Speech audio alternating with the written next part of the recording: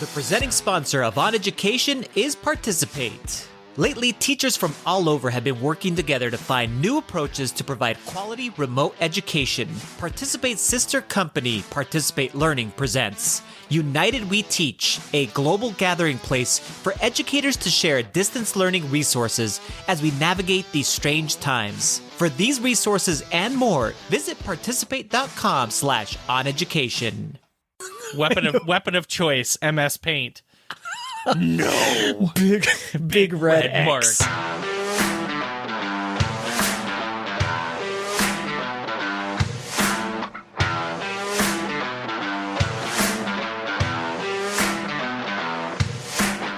Welcome to OnEducation, part of the On Podcast Media Network. My name is Mike Washburn. And I'm Glen Irvin. Friends, we have an awesome pod for you today. We will discuss what are the best ways to teach face-to-face and virtually at the same time. Whether Mr. Rogers and Bob Ross were some of the greatest teachers of all time. And our guest this week is author and professor Liz Kolb. I love Bob Ross. I know. Like I said off air, it's so mesmerizing now. We have our kids like hooked on it too. It's actually, if you were going to watch something, with your family or whatever it might be, to kind of calm everyone down before you go to bed, before you go to bed, that's it. And then that's we always actually exactly why I watch it. Oh, and in the context that I watch it in, Yeah. I'm almost always watching it later at night. Yep. Just to kind of relax. Calm down. That's exactly Yeah. when I watch it. Now, I am like the least calm person in the world, so I watch a lot of Bob Ross. Is what I'm saying. So it's helping out though, and we're always I amazed. guess so. We're always it helps as much as it can. Yeah. We're always amazed at the end, Mike. Though, like the beginning of the thing is this palette, or it's usually white or whatever, one solid color, and then Liquid at clear. the end, you're just like, my God, how the hell did you do that? Yeah. I mean, it's like here, blah blah blah, and he doesn't. It's not most of the time he's giving the audience permission to do their own thing too. So it's not like he's very super technical or whatever it might be. He's just talking it through, whatever it might be. Oh God, they're amazing. Painting happy little trees. Yes. So great. So great. Yeah. Friends, we need your help. Yes. We are trying to get the attention of Lin-Manuel Miranda. We want to talk Hamilton on the podcast. We want to talk about Hamilton in educational context on the podcast.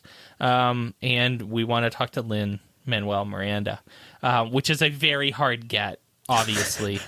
So listen, if anyone's listening and has any sort of like, I know a guy who knows a guy who knows a guy sort of thing, Help us out. hook us up with that. If you see us tweeting about it, please retweet those tweets so that he gets. We're gonna try to get his attention or someone's attention. We're gonna try to go through like the normal ways you have people on podcasts, like PR people and publicists and stuff like that. But if we can get some help. We just need some help, friends. I have a target list. That's just one of them. That's the biggest one. Give us some more on the target list. Yeah, I would love to talk to Chasten Buttigieg. Yes. That is someone I've actually wanted to talk about for Glenn would know for at least a year. Since we kind of met him, since the world met him, when Mayor Pete ran for president. So Chasten is Pete Buttigieg's husband, and he was a teacher. I think still is a teacher, and just wrote a book. So the book is not even out yet, I don't think. So it's like perfect timing. We'd love it. Come on a podcast.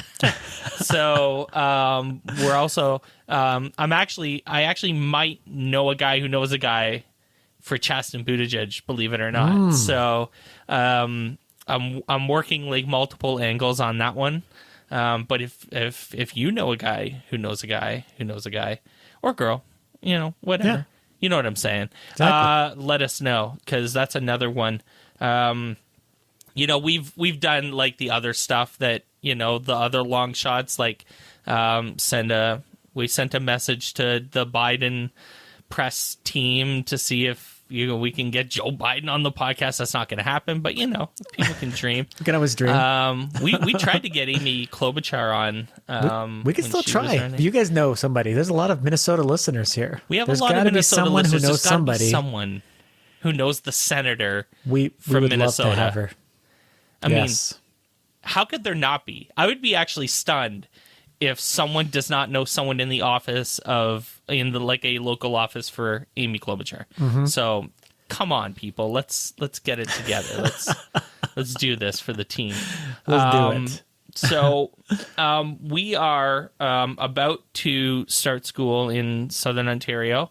The first day of school is tomorrow. Today is Labor Day Monday. So school starts for a lot of kids tomorrow. My son Isaac is in grade 7, starts class on Thursday. They were doing a bit of a staggered start. Jacob starts kindergarten this weekend. Cheryl's back at work tomorrow. So that's how we are. She actually, though, she did lose her kindergarten slot because they did what we thought they were going to do. They collapsed classes all across the province. So she's not teaching kindergarten this year. She's teaching special ed and oh my goodness, and planning time. Which, yeah, I mean, she's a 12-year kindergarten teacher. So I mean, it's a little bit of a weird experience, but you know, yes. You know, trying to look at it as an opportunity because sure. I think it should be viewed that way, especially because it aligns with some of her more recent interests. So, thinking of it as an opportunity. But we came across a really interesting resource earlier today that was so good that I just wanted to make sure it was in the show notes sure. for today. This group called Responsive Classroom has written guidebooks, for lack of better words, 10 days of morning meetings to start the school year, in like the context of being like culturally responsive, talking social justice, but also talking coronavirus and just how we're all kind of in this together. And yes. they're made for each grade. So you can go to the website. We're going to link it in the show notes. And there's a whole list and you can choose kind of which age range of kids you teach. And there are 10, you know, as they get older, they get more complex, and their tone is different. But there's this whole bunch of like COVID-19 resources made by this group, responsiveclassroom.org, that are pretty impressive. And I was shocked at how well put together they were. So check that out. It's in the show notes. It's really important too, and really, I don't know if hopefully districts are doing a good job of helping their teachers out as far as how do you approach the beginning of this year? How do you begin the conversations? You know, we left last March. How do you get back into this and then do it in a way that really takes into account what's actually happened, which is a lot. And like we have said on the podcast, the students know what's happened. So trying to ignore it and just moving on to just content or whatever it might be, you know, kind of passing over it. Yeah. Probably not the best thing to do, but a lot of people don't know how to approach it. So resources like this are fantastic for getting those conversations started in a responsible way and being able to go ahead and have those dialogues and have it begin the year as far as then building that climate within your classroom and that relationship so that the students know that you are the person that can have those conversations and you are willing to go ahead and do that. So really, really important. And we'll keep passing along any resources as we start getting them. So talking about resources. Yes. There's a lot of you out there who are going to have to start the year, as many teachers are doing it right now already. Teaching both distance, so virtual students, so online learning, and students that are sitting in front of you also at the same time. And that's a really complex environment. I mean, just to say the least. I mean, and And I'm not talking about, we're going to provide another resource or a link to a Twitter feed by Jennifer Gonzalez, because she's amazing. And she put out basically the question out there and said, hey, this is a really unique situation. Let's pull some ideas of how do we do this the best. And what's amazing about this thread, as far as on Twitter, is that it provides a lot of great ideas, resources. People are sharing their things. And it also starts that conversation too, Mike, that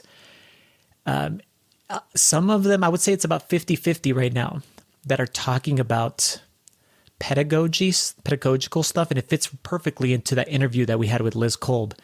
And some people are giving technology solutions. And we kind of need both. We do need both. We need some solutions, obviously, and we should already have them in place. I would hope that by day one, starting tomorrow, that we have some things actually in place, whether it be Zoom or Google Meet, whatever it is, how you're actually going to do it with the technology.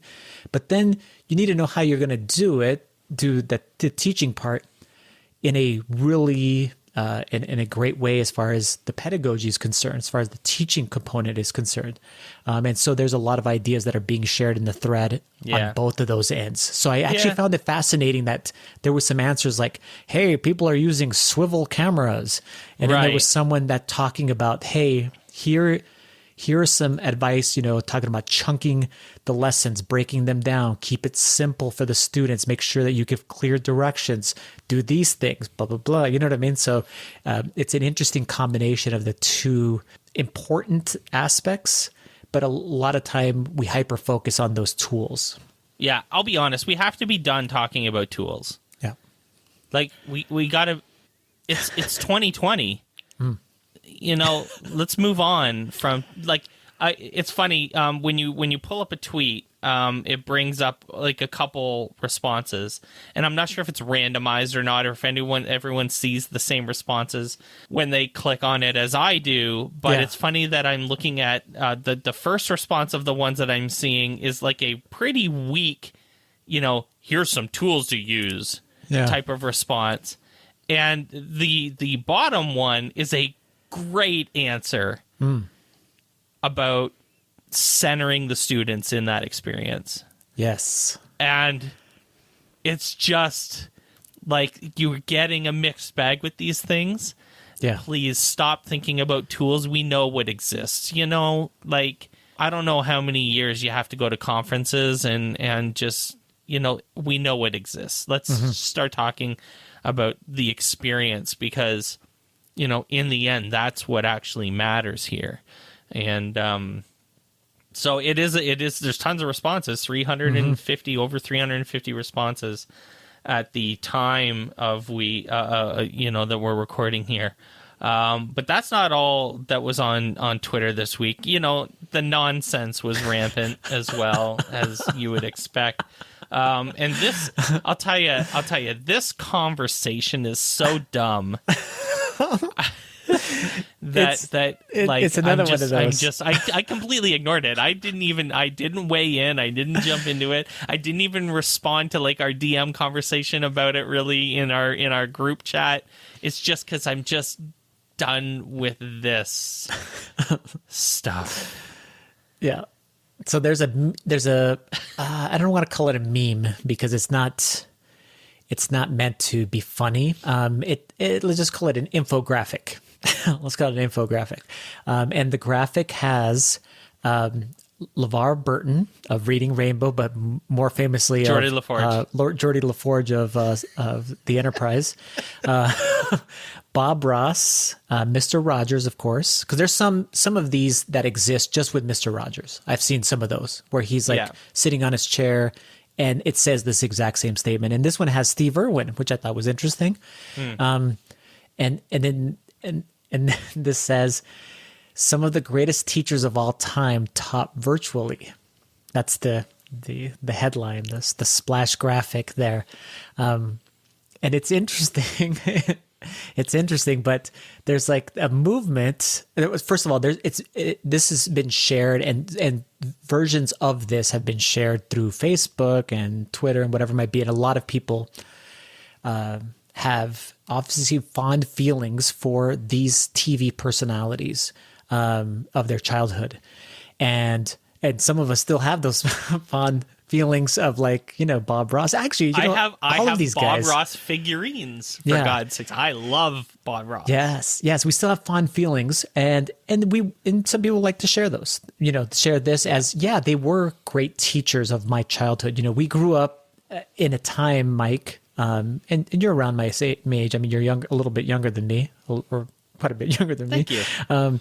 But we grew up in an age where we came home and we turned on the TV, and then there was a limited number of, some of us most of us didn't have cable. I mean, some people did, most people didn't. We turned it on and we had a few channels that you could see. Yeah. And then Saturdays, there were specific cartoons that came on. In the afternoons, there were specific shows that were on.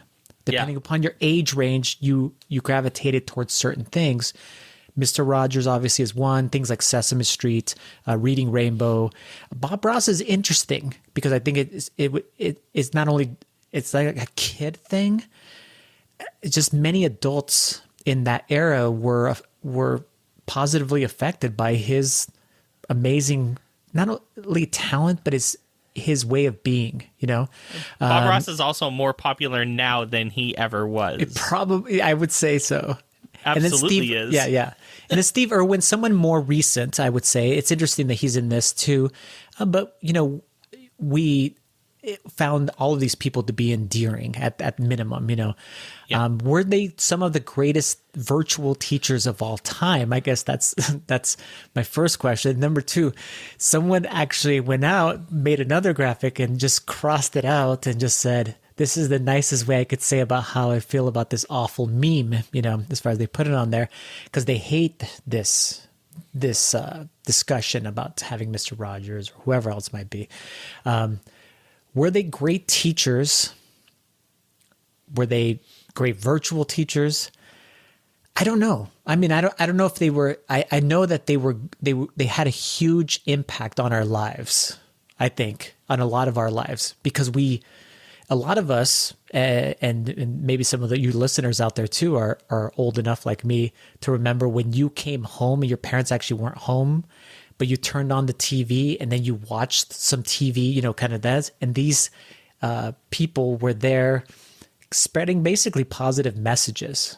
That's all it was, is like these positive things, whether it was on Reading Rainbow or Mr. Rogers' Neighborhood, or even Steve Irwin and his funny antics with animals and whatever might be, and obviously Bob Ross.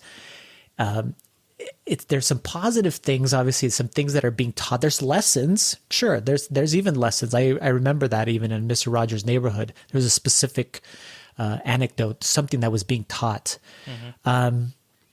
But I don't know if they're the greatest virtual teachers of all time.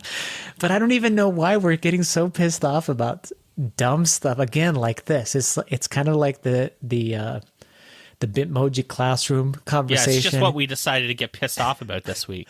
Yeah, really, it's again one of those distractions that's really getting us worked up, and we want to just get mad because teaching virtually is difficult. It is. Yeah, go ahead. Can we redefine, the word teacher? Yeah. As opposed to the word educator. Are those two different things? In my mind, they are. True. I refer to myself as an educator, but a lot of people can be teachers. True. And the word teacher isn't necessarily someone who teaches in a class or is an educator by trade or Fantastic profession. Points. Right? So, I love where you're headed with this. So I have no problem referring to these four folks and a bunch of other folks as teachers. They definitely taught us things. Yes. Okay. But they weren't professionally trained. No, they're not educators. They're not educators. I get you. Okay. Yep. The people who are offended by this or frustrated by this or mad at this are just having trouble, with the feeling that they have to live up to the standard, that they're not Bob Ross, Mr. Rogers, LeVar Burton, or Irwin, whatever his first name is. I wasn't a fan of that guy. I didn't watch that show. Whatever his name. What is his name? Steve Irwin. Yep. So, yeah, I mean, you didn't have a television studio or a staff or assistants or a budget, and all of that stuff. And certainly education budgets are slashed. So you even, in the context of these people had like lots of money in some cases to do their work as teachers. And you have very little money to do your work and certainly aren't getting paid very much in some cases to do it too. They're like, you know what, screw you. And I get that. But I think that the images are being taken out of context, and I mean, just everyone is so raw right now. I think that's what it is, too. It's only September and people are already this angry. I don't know what's going to happen later. But it's like... So true. It's like, the reactions are just over the top. These were great teachers. We don't need to hold ourselves up to this standard, and they weren't educators. No. And I don't think anyone is saying... Like this image is dumb because it's putting educator work in the context of their roles, and they weren't educators. They're not in a classroom. So you shouldn't compare Bob Ross, LeVar Burton, Steve Irwin, and Mr. Rogers to what's happening right now. No. So it's a dumb image. Yes. The reactions are equally dumb. Yeah. I mean, it's a interesting, just the concept. I mean, just putting it there. And I mean, ultimately, these were and are TV personalities. Oh, yeah. I mean, I want to say, is like, how can we trust TV personalities? But we have a president that's a TV personality. And obviously that's led him to be the actual president of the United States. And he was a TV personality. That's the best way you can actually put it. And for us to, I think we do this often too, with people that are on television or on movies, and or even athletes, that this happens all the time. And I think we've had a similar conversation to this. I don't know if on air or off air, but when we want to attribute something that is in real life, Mike, to these people that are living in a completely different, separate entity, and there are things that are going on, either A, are fake, which are most of the time, or B, they don't really, they have zero to do with our daily lives. So we want to attribute these things, like these awesome attributes, whatever it might be. The messages that were sent, I believe, as far as on all of these shows, were awesome. Were great positive things and uplifting, messages.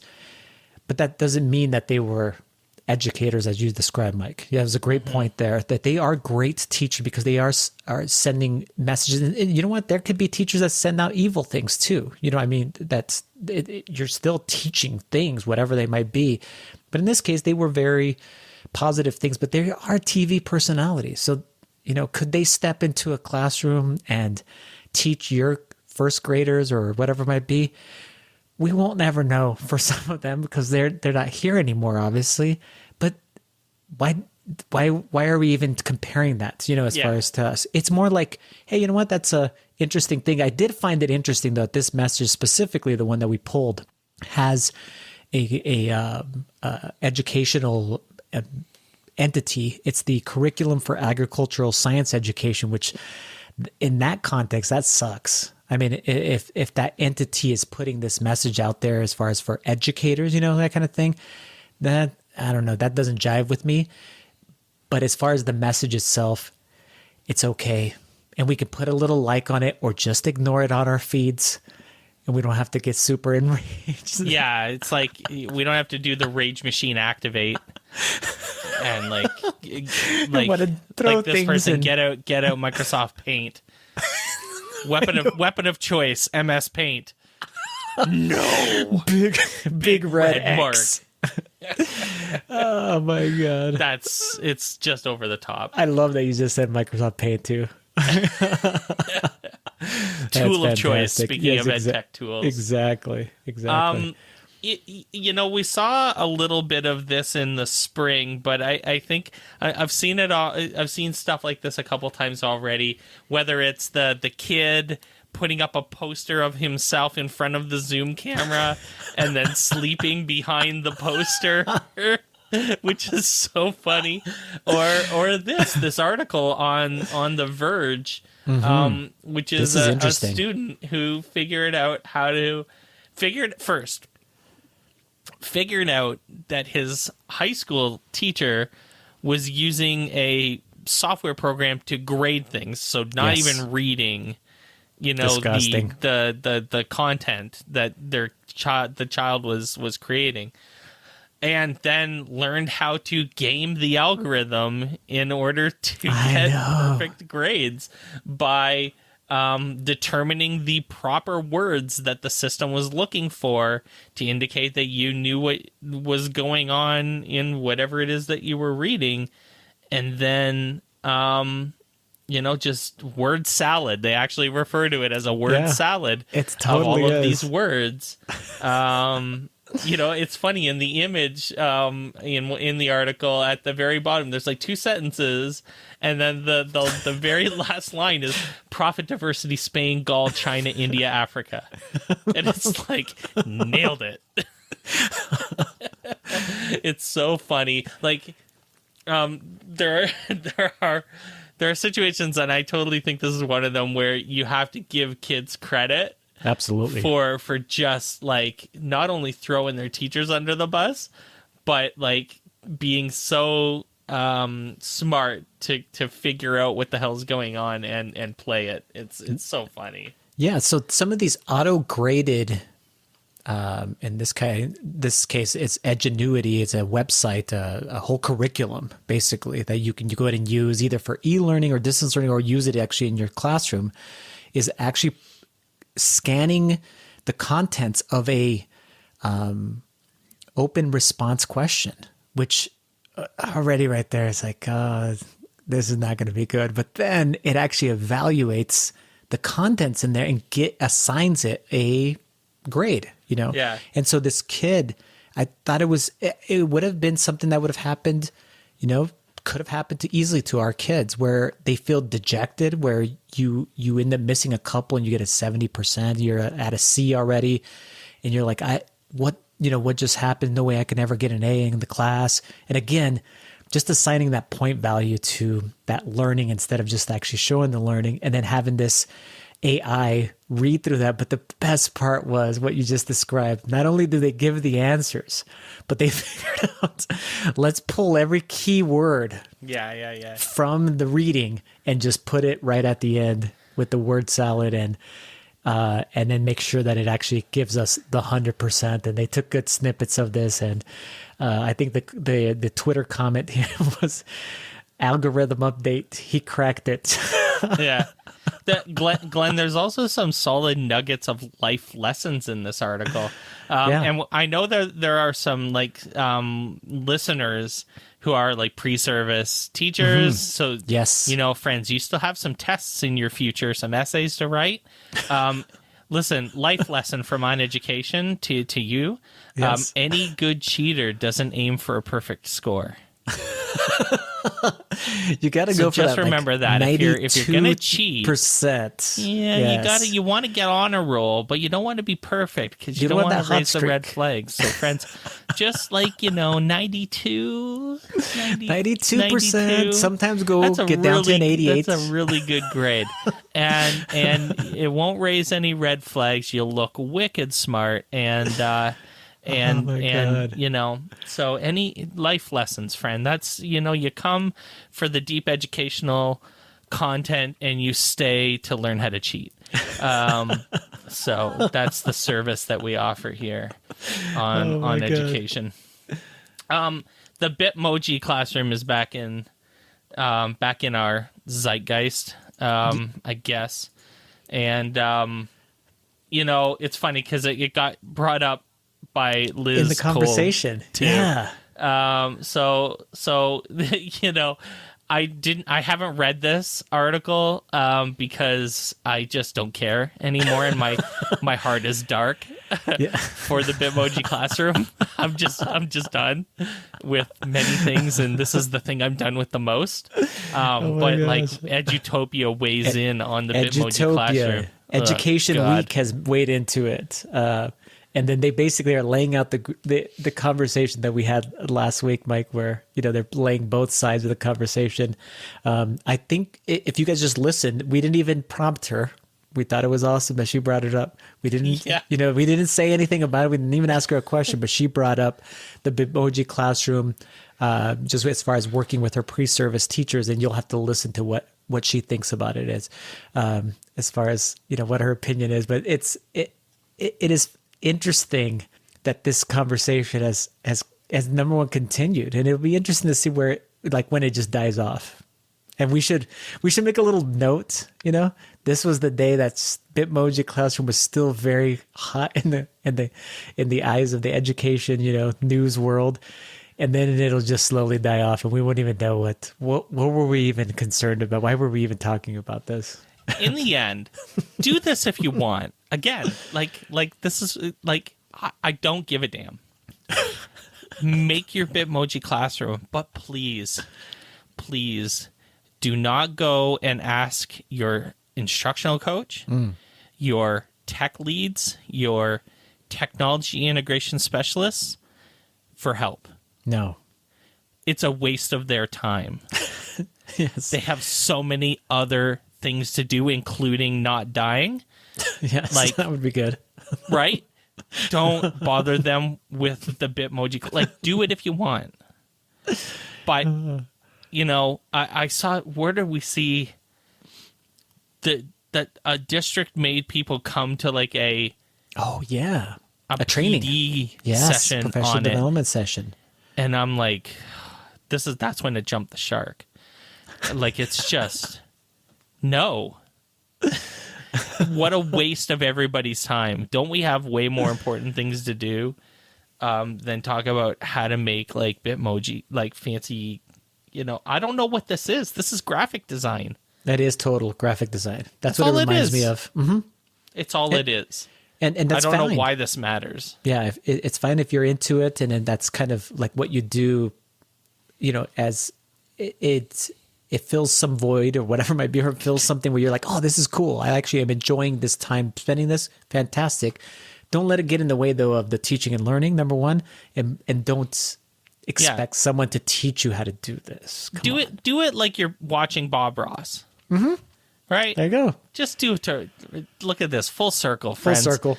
Right? We start and we end with Bob Ross. There's no better way to do it. Listen, do it if you want. Just don't bother Glenn with it. Please. He's got way bigger things to do than teach you, and he probably wouldn't know how to do it anyways. No, he hasn't bothered. Good. All right. And go watch Bob Ross. When we come back, we're going to talk to Liz Kolb, and the Bitmoji classroom is going to come up again. So stay with us.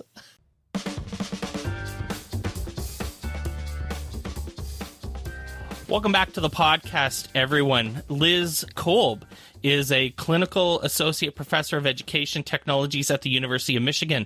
She teaches courses in education technology for the undergraduate elementary, undergraduate secondary, and master's and certification programs.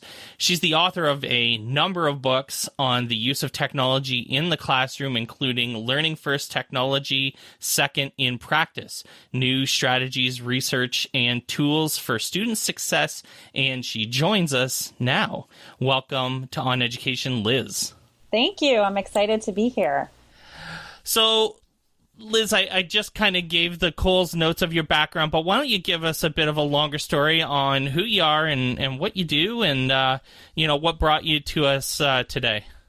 Sure. Well, I'm definitely an educator. I've been in education for over 20 years now.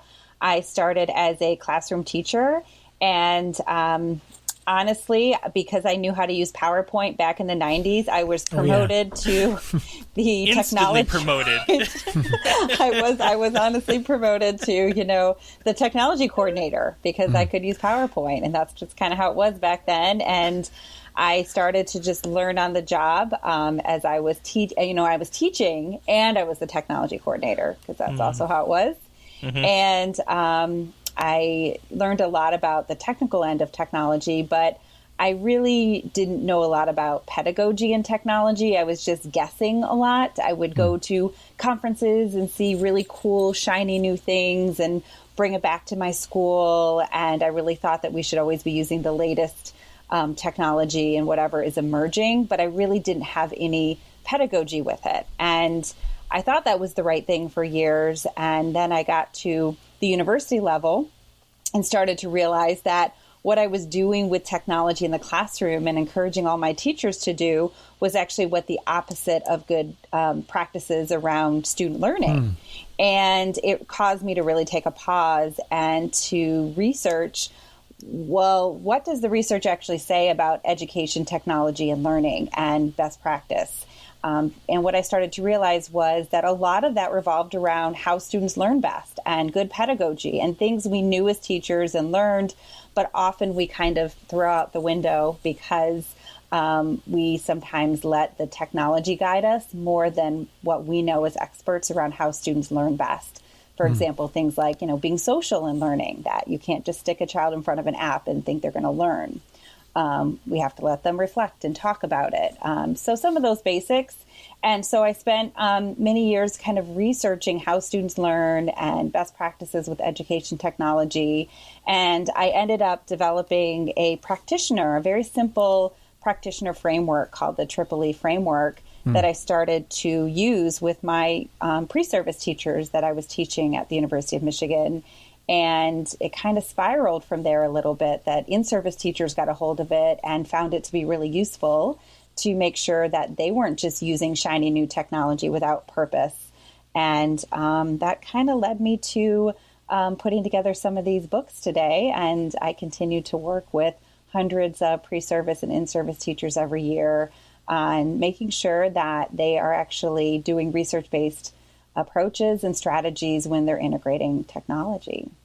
So Liz, it's interesting that you said as far as that PowerPoint thing, because we know, those of us that were around then, we know how long ago that actually was, when that was the shiny new thing where it's like, if you know how to do that, that's amazing. You can start doing that as far as in your classes.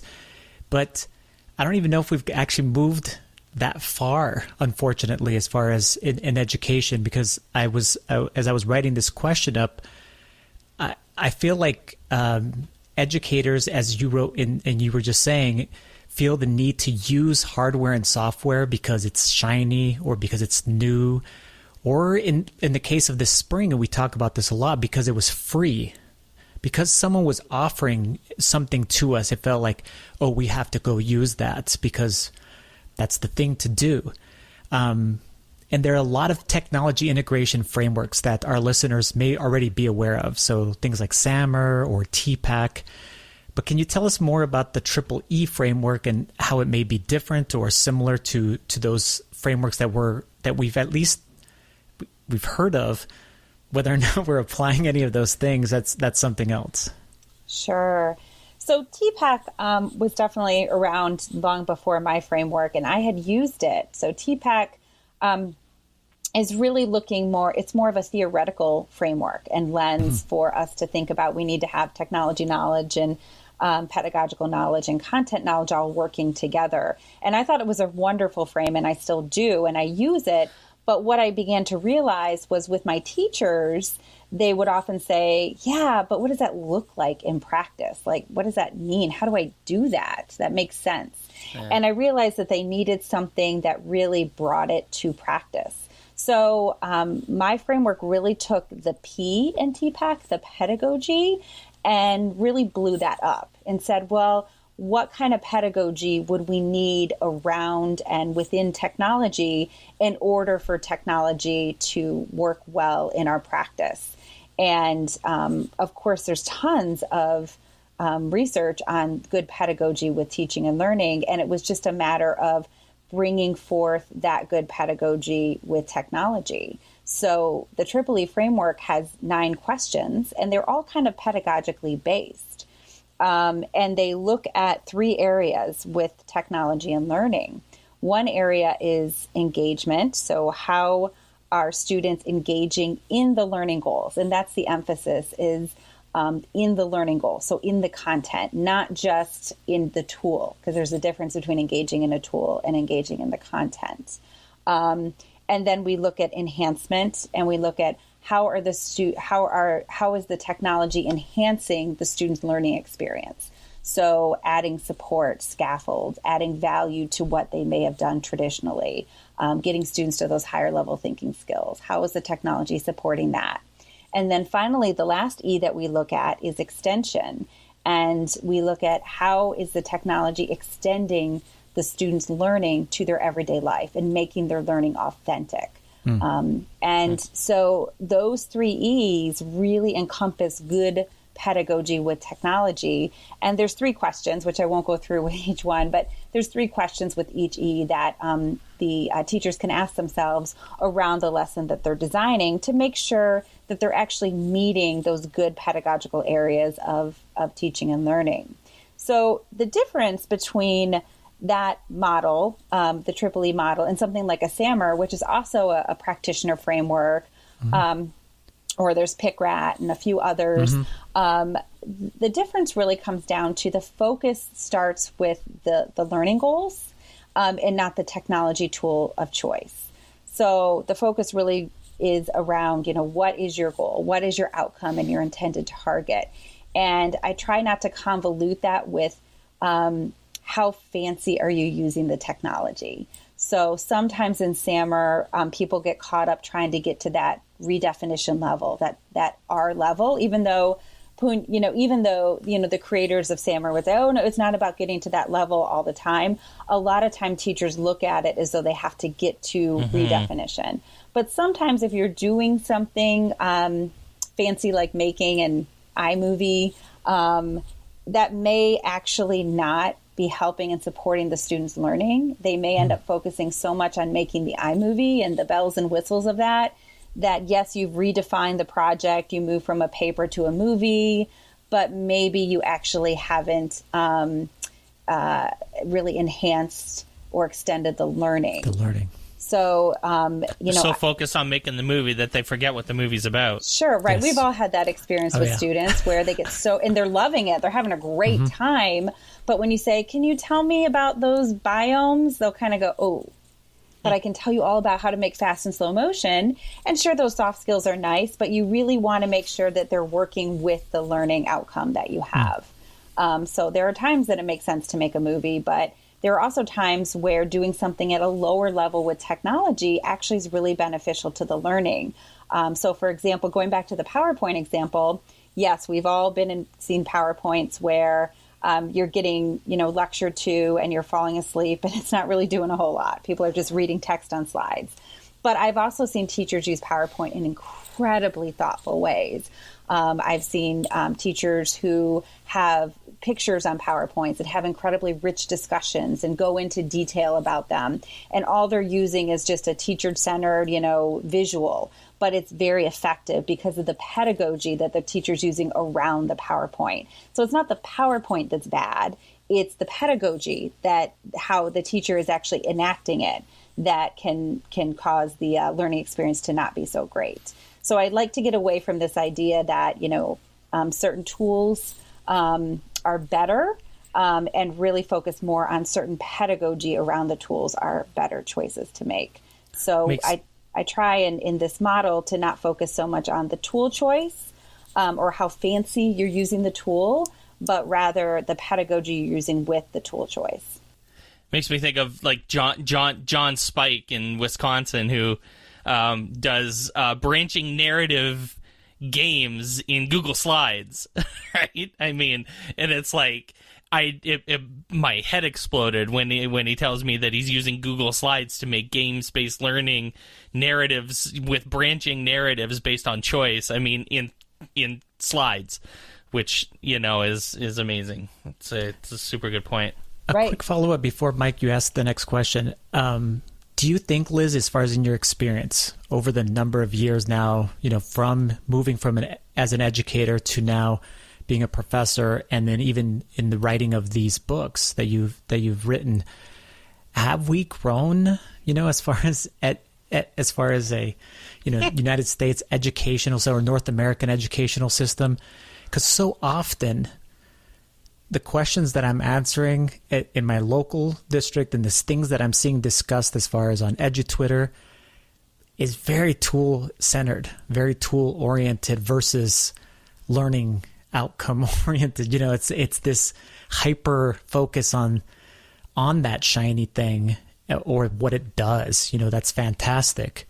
You know, Mike and I have we talk about augmented reality and virtual reality and all kinds of other things and tools. You know, we've even ranked tools and what are top things, whatever it might be, you know, because those are fun things to talk about and do. But if we really get down serious, and Mike and I have, as far as on some of the topics, we're just like, how does each of these things actually connect to the learning should be the questions that people are asking. By people, I mean our educators, our administrators, and everybody in the team. Do you think we've made some progress, you know? Because every time I see progress, I see like, oh, goodness. I think that's a great question, and it's a fair question. You know, have we moved the needle as far as trying to move away from always using the shiny tool to going deeper? I honestly think we have. Are we where we should be? No. We definitely still have a tool-centric focus. If you even look at university, teacher prep classes for new teachers, a lot of times they are pretty tool-centric. And tools are, you need to know how to use tools. You need to know what's out there. But one of the things that has given me some hope is that I have been contacted more in the last, I would say, 2 years by school administrators, superintendents, principals, who are coming to me and saying, we are realizing that we purchased, a one-to-one program, and our teachers really don't have good pedagogy. They don't understand actually how to use these tools to engage students in learning. They know how to use the tool, but they don't know how to engage students in learning. And we're realizing we're missing a framework. And one of the things I always say to my own students is, at the very least, have a framework. It doesn't have to be my framework.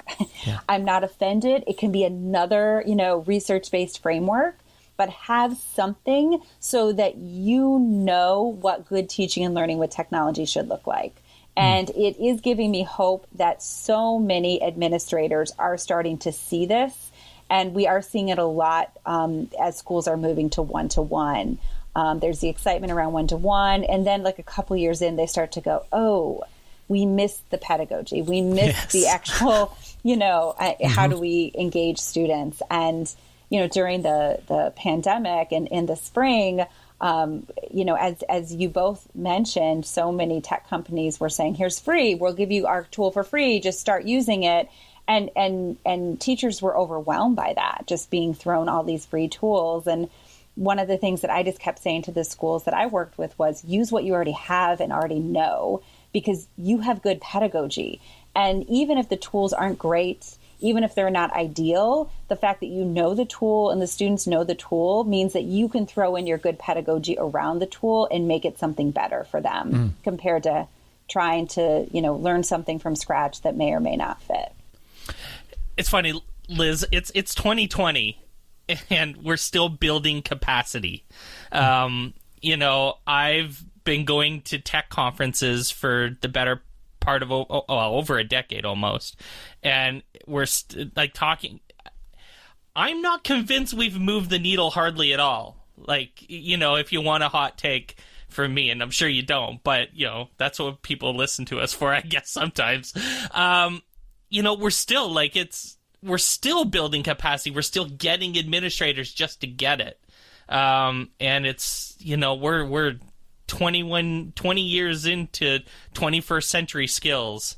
You know what I'm saying? And, and it's, you brought up the pandemic, and I wanted to ask you about that a little bit, in the sense that, we did go through this moment where teachers, like, I feel like we backslid, in the sense that, we just focused on what tools we had to use, because that's, it was like, what can I do for this? What can I do for this? What can I do for this? What tool can I use? I knew tons of teachers that were just learning how to use an LMS. So it had nothing to do with learning how to use the LMS for teaching and learning. It had everything to do with just learning how to use the damn LMS to post an assignment. And, that seems like we actually took a couple steps back. I don't know if you agree, but certainly it seems like this was a trying time for the idea of building capacity and pedagogical frameworks for education. This put that kind of idea to the test, I think, right? Yeah, absolutely, Mike. You bring up such good points, and I can't disagree that the pandemics, there's some silver linings in there, but there's also some frustrations because there was an emphasis on the tools, and there was a quick notice of how many educators just didn't have the knowledge around using the tools. So trying to quickly get them up to speed. And, some, fought against it for years. They were like, I'm a face-to-face teacher. I don't do this, right? And all of a sudden they have to take this crash course. And there is still, I think of the Bitmoji classrooms really popular right now. Everybody wants to have their Bitmoji classroom. And it's cute and it's fun. But you know what? That's not what I want my teachers focusing on right now. I want them focusing on pedagogy and not spending 5 hours making a cute Bitmoji. Oh God, Liz, I'm so glad you fell on that way. Like, thank God, because we would have had to have a talk. Because we just talked about this in a long segment last week. Oh, you did? Well, so, and I get how it's attractive, right? It's so cute and fun. But you know what? Some of it actually goes against good learning practices, right? If you look at the Bitmoji classrooms, they're really overwhelming. They're overstimulating. I think of my students on the autism spectrum. I think of my ADHD students. That's going to be too much for them. So and again, they know that. As teachers, you know that your students with certain identified exceptionalities don't need overstimulation. But why are you creating an overstimulating environment for those students? Because it looks cute and it's fun and everyone's talking about it. So I am seeing that during this time, that there is this attraction to the cute, the fun, the shiny. But ultimately, it does still come down to the good pedagogy with it. And I have been trying to emphasize to schools that have come to me and said, well, how do you use the EEE framework if you're teaching remotely? And I kind of say the same way you use it when you're teaching face-to-face. You still are getting students to a learning outcome, right? And you're using technology tools to get there. So evaluate the tool choices you're making with the pedagogy around them and seeing if they're fitting and if it's working. And I had to walk through it a little bit with teachers, and they went, oh, yeah, I do see that. But also to your point, Mike, I did a survey before the pandemic. I was part of a national survey where we surveyed novice teachers and administrators, kind of asking how well they prepared to teach with technology. And one of the most interesting parts of the survey was there was this huge discrepancy between how confident administrators were to evaluate teachers using technology. They were like 80% confident that they could do this well. And the teachers were 70% confident that the administrators had no idea what they were doing when it came to evaluating them using technology. So yes, we see a lot of just kind of systematic breakdowns in school systems where a lot of administrators feel like they're more confident than they are with understanding, looking in a classroom and thinking that if they're all using, Chromebooks and they're making movies, then it's good. Yes. Talking on that same topic, Liz, as far as systems, and I had said this kind of off air, that move there's a move in the United States, and I can already kind of see it shifting, and it's been happening at least the last 3 to 4 years, but now in the last 1 to 2 years, really a big shift. And I'm really happy about the shift happening, but people, I don't know if we kind of know how to make this shift. And it's in the case of we had 5 or 6 years ago, the invention of a position called a technology integrationist. And it was kind of coinciding, and maybe it was even longer ago than that, where a lot of districts were going one-to-one, and you needed someone to be able to basically teach how to use an LMS, how to turn on your MacBook and then, use the hotkeys and do some different things. And eventually that tech integrationist position, I feel now 6, 7, 8 years down the road of a one-to-one program, has outgrown that purpose, that thing that you don't need to be doing those things any longer. And maybe we shouldn't have been doing them in the first place. And a lot of districts are transitioning to instructional coaches, turning us into instructional coaches. First, do you see that as a movement, number one? And then number two, how do we make that transition? Do you understand? Because what's happened, a lot of districts are going, yes, we're going to rename your position from tech integrationist to instructional coach, yet they don't offer the training for us to become those people, to become, great at that, because that's a completely different set of skills and knowledge. And I'm sure that's exactly at your university level when you're teaching your courses, that's the things that you're going over and talking about have to do with great instructional practices related to both in-person and virtual learning and blended and whatever else it might be. So I don't know if there's a question in there, as I usually do. I go crazy. But do you see this shifting towards that? And then what can we, offer to our administrators for us that are kind of moving into those positions as far as what do we do as far as the training for us? Yeah, I see that shift quite a bit. And not even just for kind of the old tech coach or tech instructional specialist, but also for the librarian, the school librarian, yes, or media specialist. Yeah. All of us, they went from a librarian to the media specialist, and now they're expected to be kind of the instructional designer, the instructional coaches. Yes. In between, they were supposed to be kind of the tech support. Yes. But, again, most of those programs didn't train them to do that kind of work. But so they're expected to kind of learn on the job and on the fly. And some do it better than others. But yes, there's not a lot of actual sound training. There's no certificate or required certification to do that kind of work in most states. There's definitely not in the state of Michigan. And so you can do that work with having very little knowledge about what you're doing, which means that you could end up being that, instructional designer that is tool-centric and is having everyone do Kahoots all day.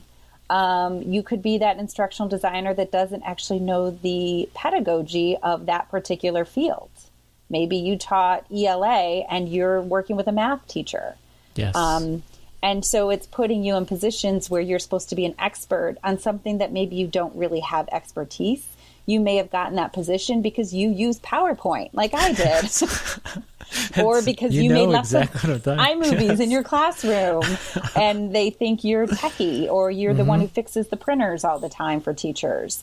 And it's really unfortunate that we don't have a higher standard for that. And I think the pandemic's really brought out the kind of the dearth or the holes that we have in this field. We're seeing one, that we have a lot of digital divide, homework gap issues that have always been there. And people like us have always said things about it, that this is a problem, but all of a sudden now people are taking it seriously.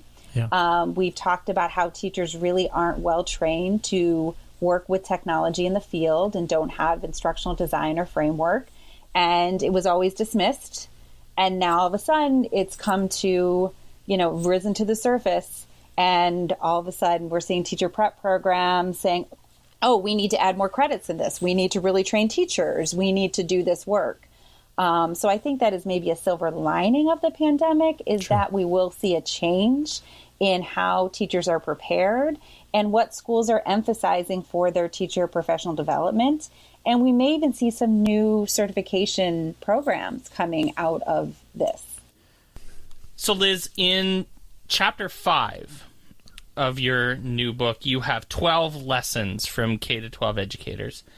And at the top of each lesson, you include the demographics of the class used in the case study. I had a very long talk with my wife about this today. I find it fascinating. Other context. I'm Canadian. And so in Canada, we do not have this like hard demographic focus in education like Americans do, where like there are administrators that could tell you the percentage of African Americans, the percentage of Hispanics, in their schools, and know those numbers like off the top of their heads. The free and reduced lunches, they know these percentages. We don't have a really strong focus on that in Canada. So I always find it fascinating when these like overt demographics are brought into the context. So can you make a connection for our audience as to why that matters in the context of your lesson plans? What makes it important for us to know the percentage of students on free or reduced lunch or their ethnicity in the context of the lesson plans in your book? Mike, I'm so glad you asked this question. Nobody has ever asked me this question. Thank you. Thank you for noticing that. So I can see how some might find it strange to include that.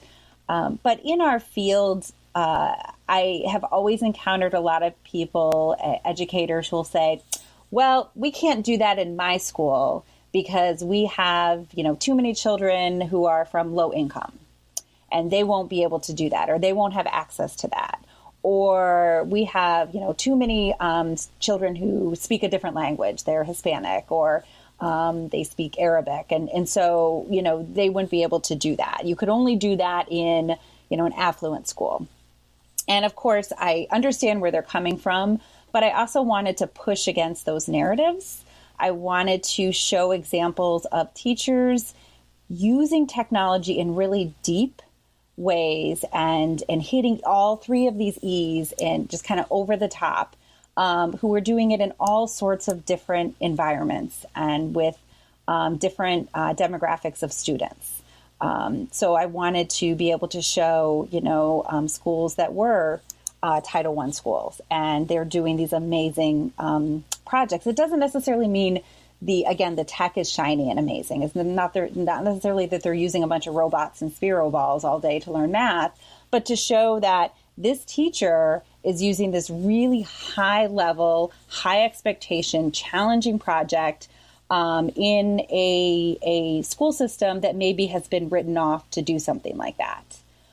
So it was important for me to push against that narrative and to make sure that we're seeing. For example, one of the lessons is Sheila Orr, and she's a math teacher from Lansing, Michigan, and she does social justice in her math.